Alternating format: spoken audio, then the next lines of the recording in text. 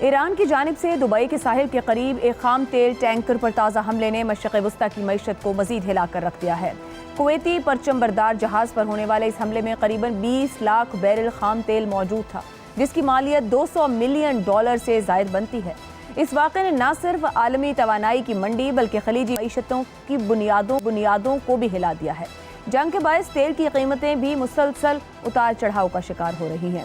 خود امریکہ میں پیٹرول کی قیمت $4 فی گیلن سے تجاوز کر گئی ہے، جو گزشتہ 3 سال میں پہلی بار ہوا ہے۔ اسی طرح امریکی خام تیل کی قیمت $101 سے $104 فی بیرل سے اوپر چلی گئی ہے، جس نے عالمی مہنگائی کے خدشات کو مزید بڑھا دیا ہے۔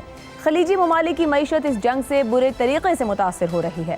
دبئی اور ابوظہبی کی سٹاک مارکیٹوں میں مجموعی طور پر قریباً $120 ارب کی کمی واقع ہوئی ہے۔ دبئی کا مرکزی انڈیکس قریباً 16%، جبکہ ابوظہبی کا قریباً 9% گر چکا ہے۔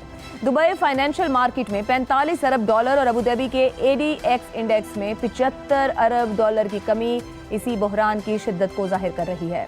قطر کی مارکیٹ قریباً 4%، جبکہ بحرین کی 7% گر چکی ہے۔ سیاحت، جو خلیجی معیشت کی ریڑھ کی ہڈی سمجھی جاتی ہے، برے طریقے سے متاثر ہو رہی ہے۔ متحدہ عرب امارات میں گزشتہ سال سیاحت کا حصہ قریباً $70 ارب تھا، جو مجموعی قومی پیداوار کا 13% بنتا ہے، لیکن جنگ کے باعث ہزاروں پروازیں منسوخ ہو چکی ہیں۔ مشرق وسطی میں سیاحت کے باعث روزانہ قریباً €515 ملین کا نقصان ہو رہا ہے۔ مختلف اندازوں کے مطابق اس جنگ کے باعث مشرق وسطی کی معیشت کو مجموعی طور پر 120 سے $194 ارب تک کا نقصان ہو سکتا ہے، جو GDP کا تقریباً 3.7 سے 6% بنتا ہے۔ بے روزگاری میں 4% تک اضافہ ہو سکتا ہے، جس سے تقریباً 36 لاکھ ملازمتیں ختم اور 40 لاکھ افراد غربت کا شکار ہو سکتے ہیں۔ جو ایک ایسا خطہ جو تیل، تجارت اور سیاحت کی بنیاد پر اربوں ڈالر بنا رہا تھا، اب جنگی کشیدگی کے بوجھ تلے دبتا دکھائی دے رہا ہے۔